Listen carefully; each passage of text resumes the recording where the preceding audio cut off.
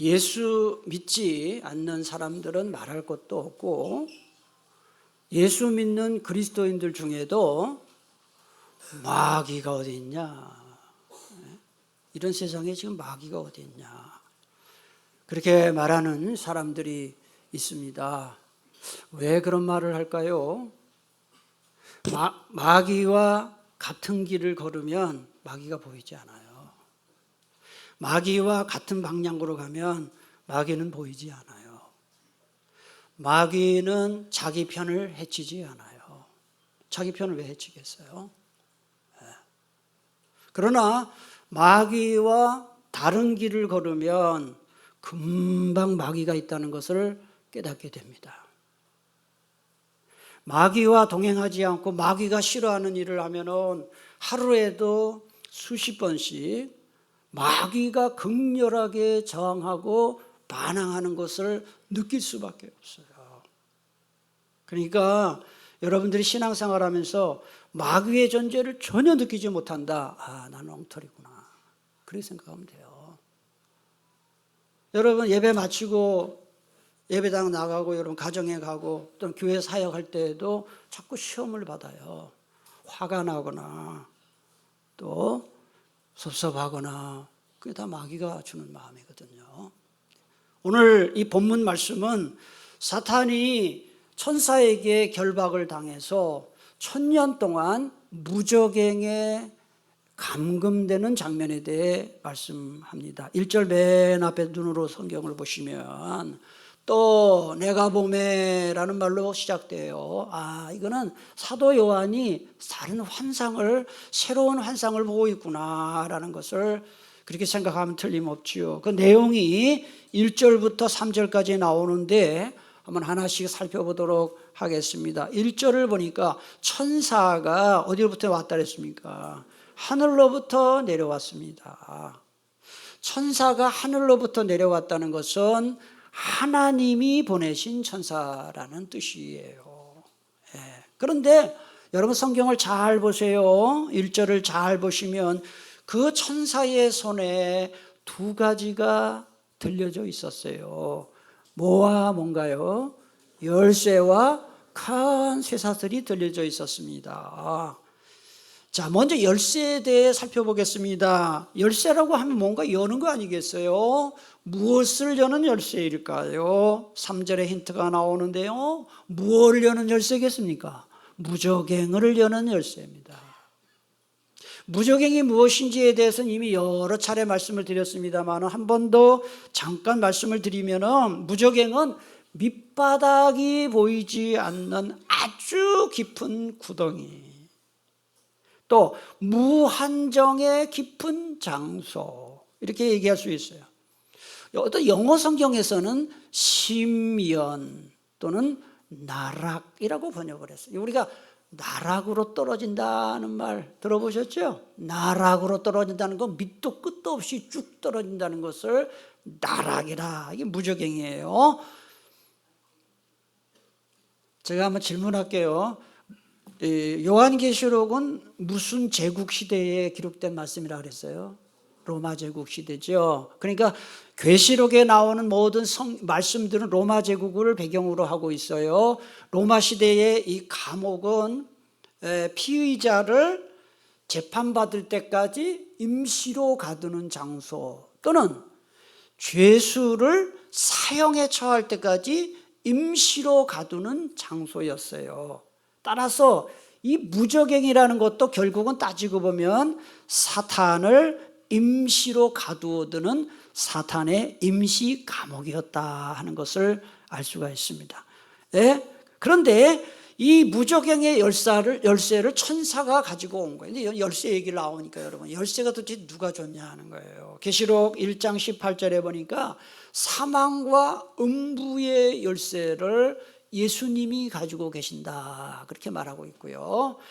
요한계시록 3장 7절에 보니까 다윗의 열쇠를 예수님이 갖고 계시다, 이렇게 말하고 있고요. 마태복음 16장 19절에서는 예수님께서 베드로에게 무슨 열쇠를 주신다고 했나요? 천국 열쇠를 주신다고 했어요. 열쇠는 예수님이 갖고 계시는구나 하는 거죠. 그러니까 이 무저갱의 열쇠를 천사가 갖고 왔는데 이 무저갱의 열쇠는 결국 예수님이 주신 열쇠다 생각하면 맞을 것 같아요. 자, 두 번째, 하늘로부터 내려온 천사의 손에 또 다른 물건이 들려져 있었는데 그 물건은 큰 쇠사슬이에요. 그 당시에 이 쇠사슬은 전쟁 포로나 죄수들의 손을 결박하는 데 사용됐어요. 발에는 족쇄가 사용됐고요. 특별히 큰 쇠사슬이라고 했는데 이것은 범죄자들 중에서도 중범죄자들을 결박하는 데 사용되었습니다. 2절 끝에 보면 이 큰 쇠사슬은 사탄을 1000년 동안 무저갱에 결박하는 용도로 사용된 것을 알 수가 있습니다. 이에 대해서는 제가 잠시 후에 더 설명하겠고요. 먼저 사탄이 뭐냐에 대해서 말씀을 드리려고 해요. 2절에 보세요. 2절에 보면은 여러분 펜 갖고 오신 분들은 네 용어가 나와요. 용을 잡으니 곧 옛뱀이요 마귀와 사탄이라. 여기 보면 네 가지 단어가 나와요. 잘 표시해 놓으세요. 맨 앞에 뭐가 나오죠? 용이에요. 용은 사탄을 상징하는 동물입니다. 근데 계시록에 보면 붉은 용이라고 했어요. 근데 여러분 붉은 용 하면 어느 나라가 생각나세요? 중국이 생각나죠. 중국에 가면 용 그림이 많고 중국 사람들이 무슨 색을 좋아합니까? 빨간색을 이렇게 좋아해요. 또 좋아하는 색이 노란색인 것 같아요. 뭔 이유인지는 모르겠어요. 제가 이 자리에서 중국은 사탄이 되면 안 되는 거고요. 하여튼 뭔 뜻인지 모르겠지만 하여튼 중국은 붉은 용을 굉장히 좋아해요. 용은 성경에서 사탄을 상징합니다. 그 다음에 옛뱀이 나와요. 창세기 3장에 나오는 뱀인데 인류의 첫 조상인 아담과 하와를 유혹한 뱀이에요. 그래서 역사 내내 하나님을 대적한 세력들을 상징합니다. 세 번째로는 마귀가 나오는데 마귀는 두 가지 뜻을 갖고 있습니다. 참소자라는 뜻을 갖고 있어요.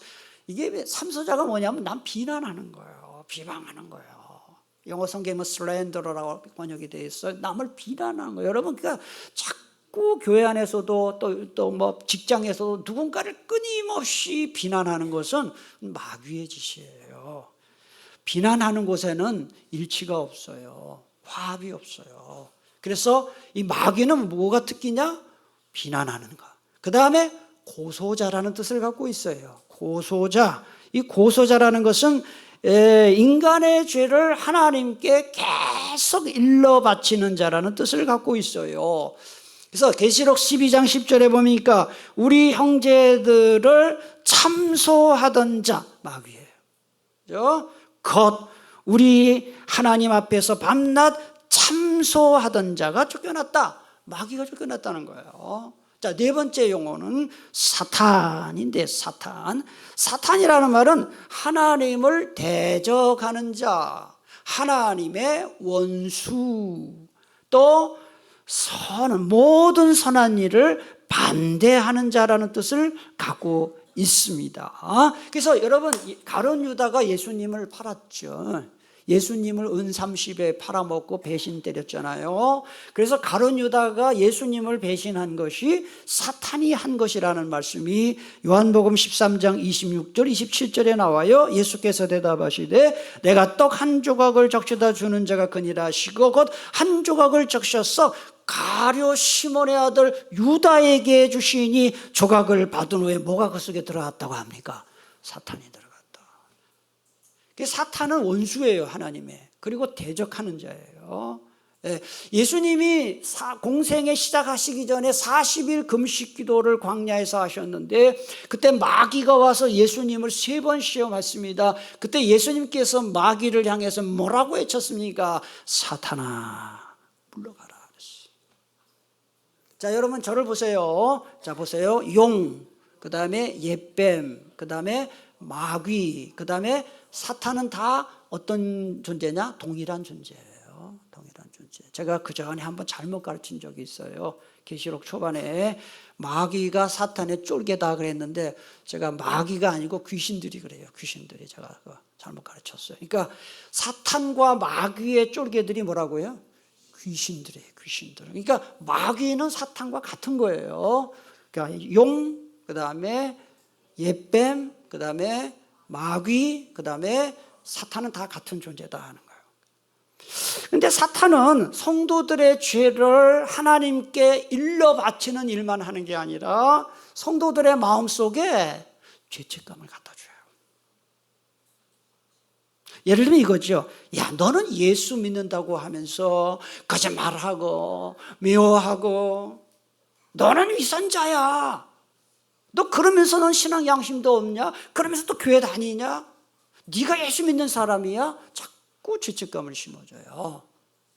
너처럼 엉터리로 신앙생활하면서 주님께 뭐 기도한다고 네 기도 주님이 들어주실 것 같아? 때려치워. 네 기도 백날 해야 주님 안 들어주셔. 모르긴 해도 내가 이제 말씀을 듣고 보니까 기도를 해야 되겠다라고 생각하고 기도를 하려고 딱 눈을 감았는데 처음 드는 생각이 이런 생각인 분 혹시 없어요? 내가 기도해도 하나님이 들어주실까? 내가 이렇게 엉터리로 신앙생활하는데 내 기도도 하나님이 들어주실까? 그게 바로 죄책감이에요. 사단이 주는 마음이에요. 여러분 기억하세요. 저나 여러분은 하나님 앞에 기도하고 응답받을 자격이 전혀 없지만 우리 예수님께서, 우리 하나님께서 우리의 기도를 들어주시는 것은 내가 자격이 있거나 공로가 있어서 그런 것이 아니라 전적으로 예수님의 이름으로 기도하기 때문에 들어주는 거예요. 죄책감, 사단이 주는 겁니다. 마태복음 14장을 보면 헤롯 안티파스가 세례 요한의 목을 잘라 죽이는 장면이 나와요. 왜 그런 일이 있었나요? 성경에 보면 얼른 보면은 이 헤롯의 의붓 딸인 살로메가 음란한 춤을 추고 헤롯이 네 소원이 뭐냐 하니까 그 어머니 헤로디아의 사주를 받아서 세례 요한의 목을 주십시오라고 한 걸로 돼 있어요. 그러나 사실은 헤롯이 원해서 그렇게 한 거예요.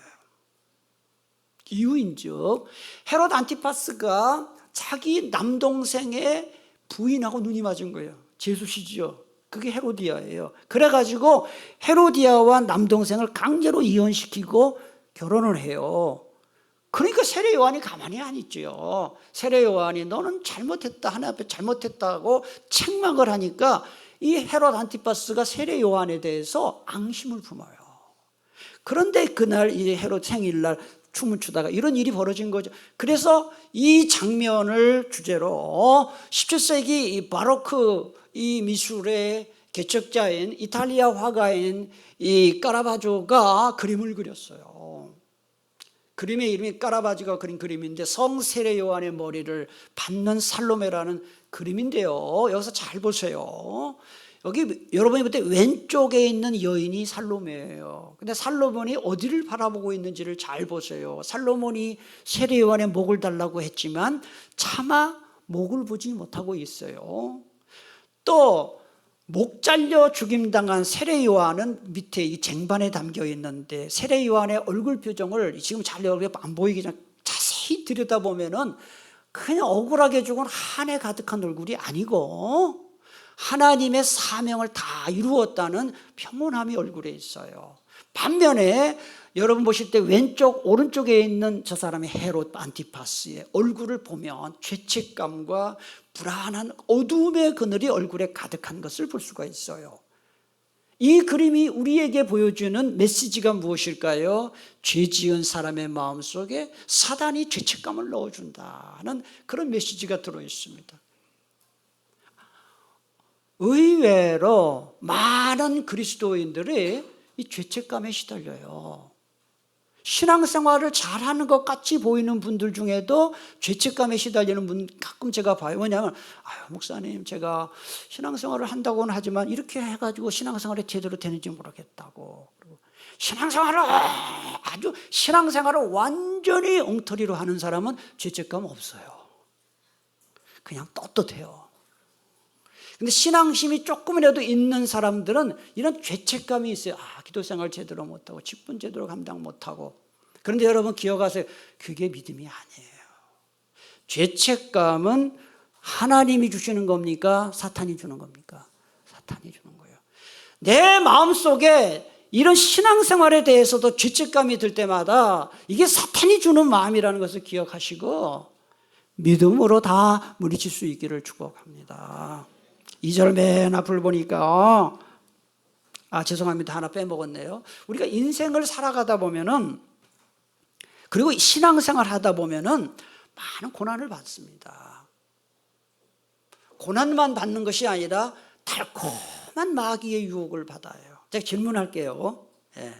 여러분, 고난과 유혹 중에 우리가 어떤 게 더 어려운 시험일까요? 고난일까요? 유혹일까요? 유혹이에요. 유혹. 달콤한 유혹 물리치는 게 더 어려워요. 우리 한국 교회를 보세요. 일제강점기에 가혹한 그 탄압을 받았을 때, 그리고 6.25 동란이라는 엄청난 재난을 당했을 때 한국 교회는 더 기도하고 더 말씀 읽고 해가지고 엄청나게 세계 교회 역사상 유례를 찾아 없을 정도로 부흥하고 성장했어요.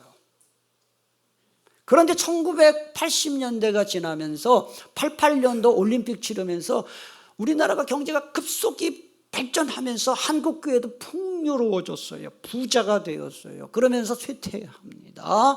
그리고 많은 세상 사람들로부터 한국교회가 비난의 대상이 된 사실만 봐도 고난을 이기는 것보다 달콤한 유혹이 더 어려운 시험이라는 것을 알 수 있어요. 여러분의 삶 가운데 기도하지 않고는 견딜 수 없는 고난이 있다면 차라리 다행이에요. 오히려 별 어려움이 없는 것이 믿음이 떨어지는 더 어려운 시험이라는 것을 알고 여러분들이 고난과 유혹을 다 물리칠 수 있는 그런 능력을 예배 때마다 기도 때마다 얻을 수 있게 되기를 축복합니다. 2절 맨 앞을 보니까 하늘로부터 내려온 천사가 즉 사탄을 잡았다 그랬어요. 여기서 이 잡는다는 말은 무력으로 통제한다는 뜻이고요. 체포한다는 뜻을 갖고 있는 강한 단어예요. 그리고 2절 맨 끝에 나오는 대로 하늘에서 내려온 천사는 사탄을 큰 쇠사슬로 결박해서 사탄의 임시 감옥인 무저갱에 던져놓습니다. 그리고는 무저갱에 이 출입문을 열쇠로 잠그고 봉인을 하지요. 자, 요한계시록에서 사탄은 3단계에 걸쳐서 추락합니다. 이걸 잘 알아두세요. 성경 계시록 전체 맥락이에요.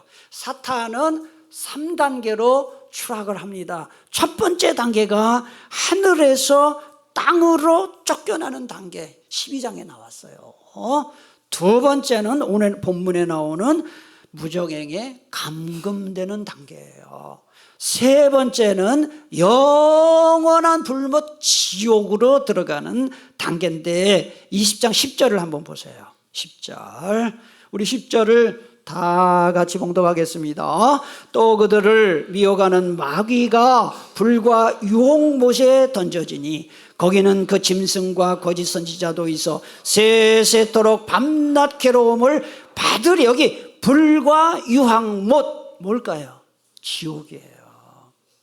그러니까 사탄은 단번에 지옥으로 가는 것이 아니라 하늘에서 땅으로 무저갱으로 지옥으로 3단계 걸쳐서 추락을 합니다. 무저갱에 감금되는 2단계고요. 그 기간은 1000년이죠. 여기서 우리 중요한 사실을 알 수 있어요. 어떤 사실이냐.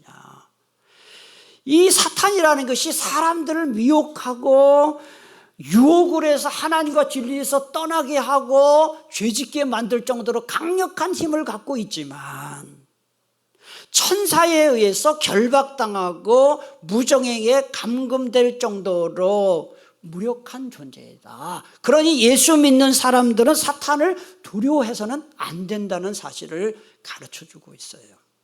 여러분, 요한계시록이 기록된 당시 그리스도인들은요, 예수님을 믿는다는 그 이유 하나 때문에 감옥에 갇히기도 하고 목이 잘리기도 하고 기름솥에 튀겨지기도 하고 화형에 처해지기도 하고 맹수의 밥으로 던져지기도 했어요.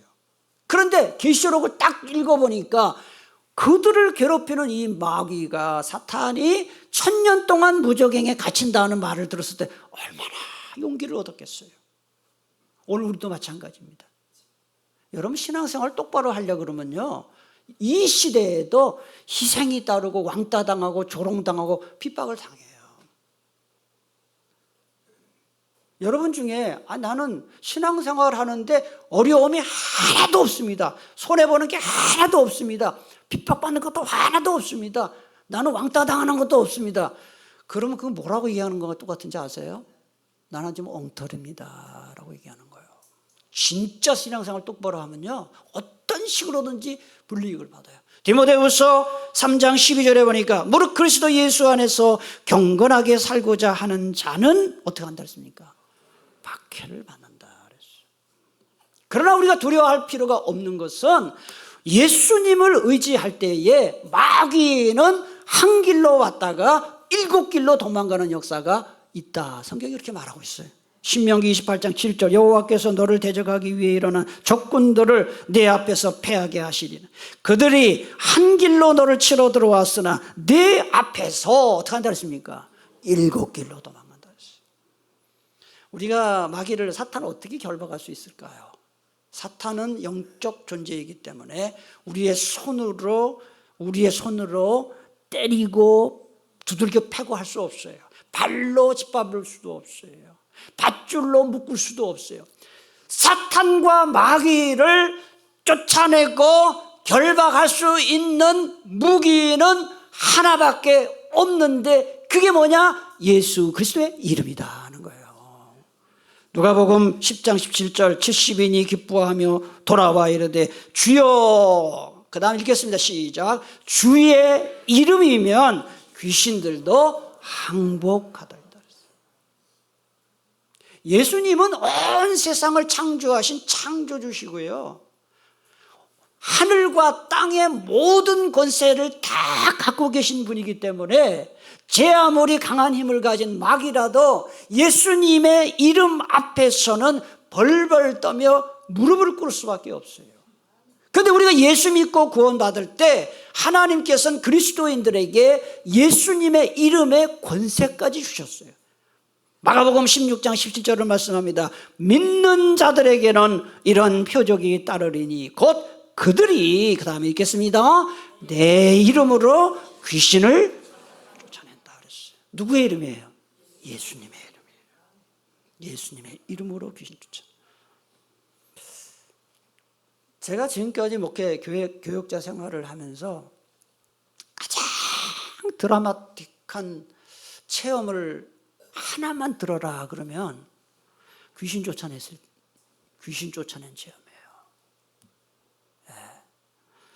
한 달 동안 매일 귀신 들린 그 집사님이죠. 제가 부목사 때예요. 부목사 때 귀신 들린 그 집사님이 계셨는데 지금 생각하니까 한 50대 후반 그 집사님인데 제가 그 교구 목사였는데 한번 신방을 갔더니요, 나는 귀신 들린 사람이 얼마나 무서운지 그때 알았어요. 나를 똑바로 쳐다보면서 넌 누구야? 이러는 거예요.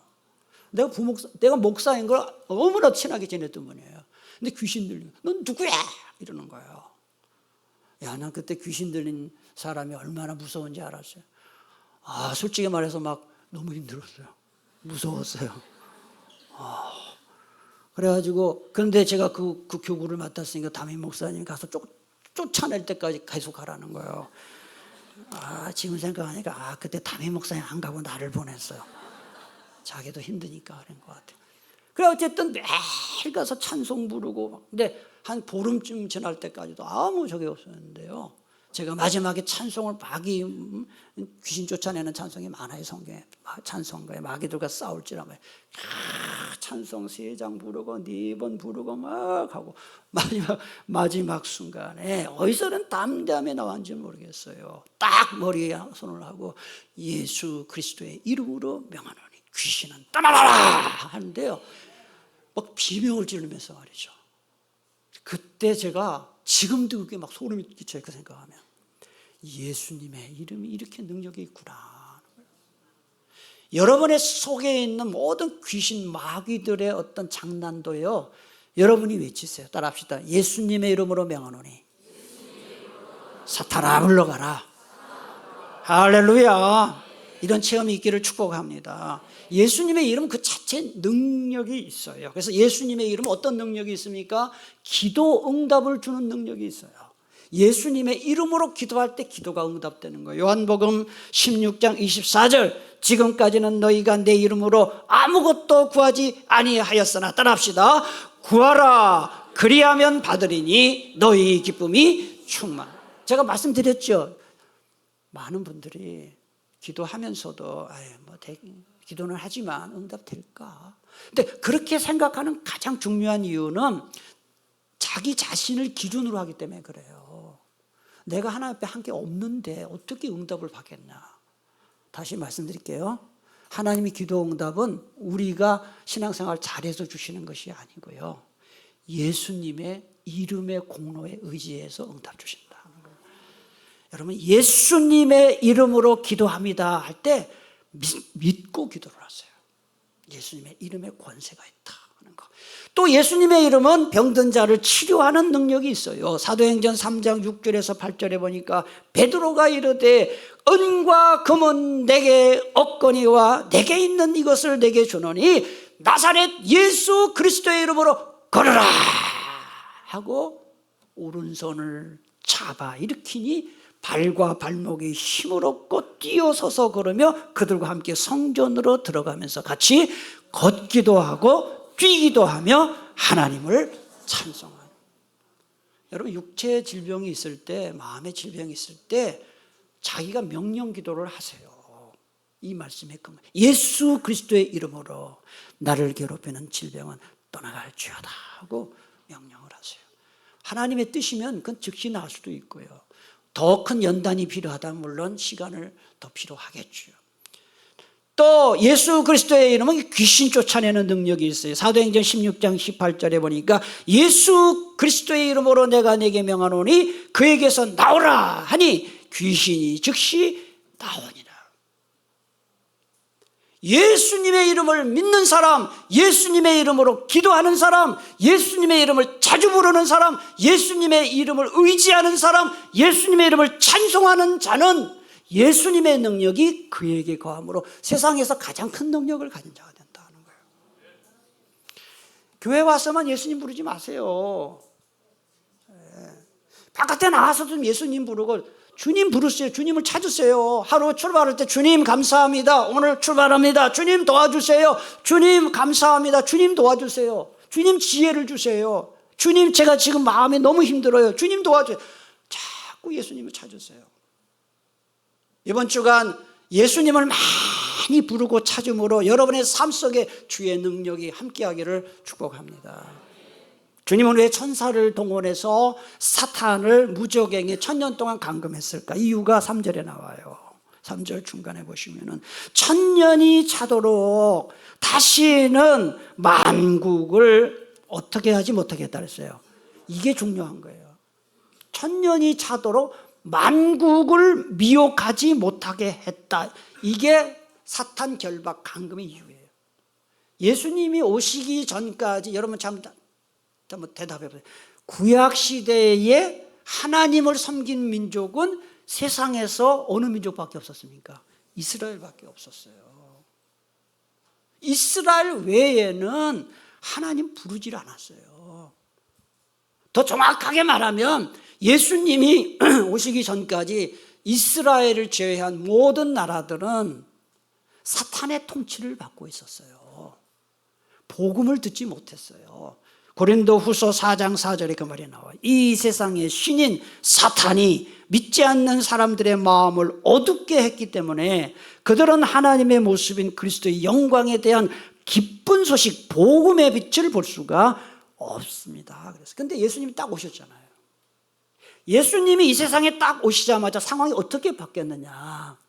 복음을 듣지 못하던 이방 나라들에게도 복음이 전파된 거예요.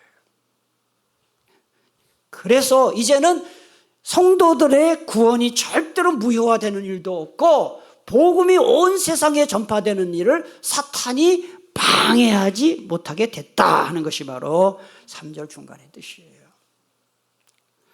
제가 지난 시간에 말씀드렸죠. 이 시대는요, 우리가 사는 이 시대는요, 사탄이 1000년 동안 무적행에 결박돼 감금되어 있는 천년왕국 시대다 말씀드렸습니다.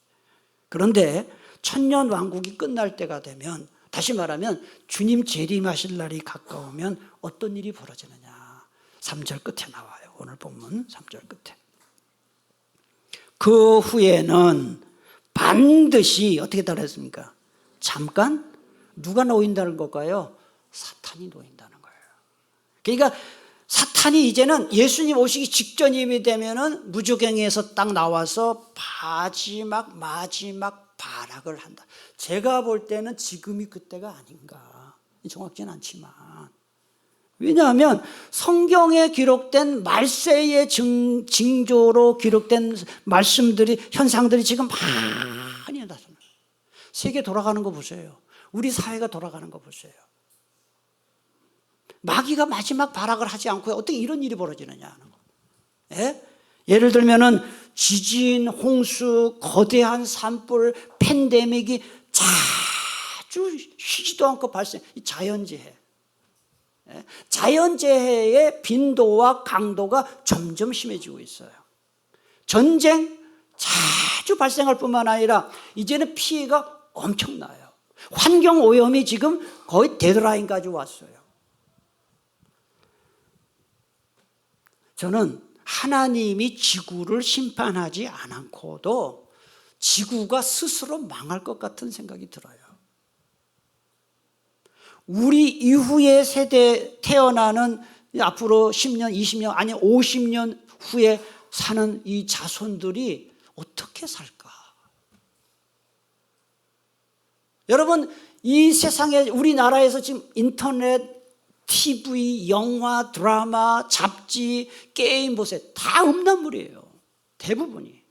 폭력물이에요. 심지어 사탄을 미화하고 찬양하고 경배하는 내용들이 가득해요. 지난주 목요일 저는 신문을 보고 참 너무 기가 막힌 일을 7월 18일 날 봤습니다. 우리나라가 이 지경까지 됐구나. 대법원에서 판결이 났는데요. 남자끼리 결혼한 동성 부부가 법원에 고소를 했어요. 건강보험의 혜택을 자기 배우자에게 주지 않는다. 달라. 1차 법원에서는 동성 부부는 부부일 수가 없기 때문에 건강보험 피부양자 될 수 없다고 판결했어요. 그랬더니 이 동성 부부가 고등법원으로 항소했어요. 그런데 고등법원에서 어떤 판결이 났느냐? 동성 부부라도 건강보험의 피보험자가 될 수 있다고 판결이 난 거예요. 그래가지고 대법원까지 간 거예요. 대법원은 최종심입니다. 대법원의 판결이 이렇습니다. 한번 들어보세요. 그대로 읽어드릴게요. 대법원의 판결입니다. 건강보험공단이 동성 동반자인 원고를 피부양자로 인정하지 않고 이 사건 처분을 한 것은 합리적 이유 없이 원고에게 불이익을 주어 그를 사실상 혼인관계에 있는 사람과 차별하는 것으로 헌법상 평등 원칙을 위반해 위법하다. 두 사람의 관계가 기본적인 사회보장 제도인 건강보험의 피부양자 제도에서조차 인정받지 못하는 것은 차별행위이고 그 침해의 정도도 중하다. 무슨 얘기예요? 건강보험공단은 동성부부 배우자에게 보험료 지급해라, 이런 판결이에요. 이런 판결이 선고된 직후에 이 소송을 제기한, 제가 볼 때 한 30대 후반쯤 된 남자들인 것 같아요. 신문에 났어요. 한번 집에 가서 찾아보세요. 남자 동성 부부가 대법원 앞에서 기자들에게 이렇게 말했어요. 잘 들어보세요. 소송이 진행되는 동안 저와 저의 남편은? 내가 깜짝 놀랐어요. 아니, 남자 부부인데 누가 남편이지? 저와 저의 남편은 서로의 가족이고 배우자라는 것에 대해 증명을 요구받아 왔습니다. 지금은 서로에게 헌신하고 의지하는 관계가 공적으로 인정됐습니다. 마지막 말이 뭔지 아세요? 오늘 사랑이 또 이겼습니다. 저는 여러분, 이 기가 막히지 않습니까? 여러분, 이런 식으로 이제 대법원이 계속 판결을 하면 다음에 어떤 판결이 나올까요? 동성 결혼이 합법하다. 이거밖에 안 남았어요. 부부로 인정해 주잖아요, 지금. 동성 결혼이 합법하다는 판결이 나올 날이 참 멀지 않았구나라는 생각이 들어요. 우리 예수 믿는 분들 정신 똑바로 차리셔야 됩니다. 이게 지금 남의 나라 얘기가 아니라 우리나라 얘기입니다.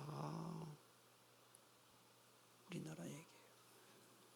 저는 국회의원들이나 또 진보적인 학자들, 판사들이 이렇게 인권 보호를 명목으로 동성 결혼 인정하는 것에 대해서 저는 분노를 금할 수 없어요. 이런 법이 계속 제정되면 이제 나중에 무슨 법까지 나올까요? 목사가 강단에서 동성애를 죄라고 선포하거나 동성 부부 주례를 거부하면 벌금형을 때리고 징역형에 처한다는 법이 왜 안 만들어지겠습니까? 자, 이게 말세 아닙니까? 여러분, 제가 분명히 말씀드립니다. 세상이 아무리 바뀌어도 성경이 죄라고 하면 죄예요. 성경이 죄라고 하면 죄인 거예요. 세상이 아무리 바뀌어도. 성경을 정면으로 조롱하고 무시하는 이런 판결이야말로 이게 말세죠. 말세죠. 우리 모두 정신 똑바로 차리고 천년왕국 이제 끝에 왔고 재림이 가까웠다는 것을 기억하고 정말 깨어 기도하는 우리 모두가 될 수 있기를 축복합니다. 기도하겠습니다. 오늘 주신 말씀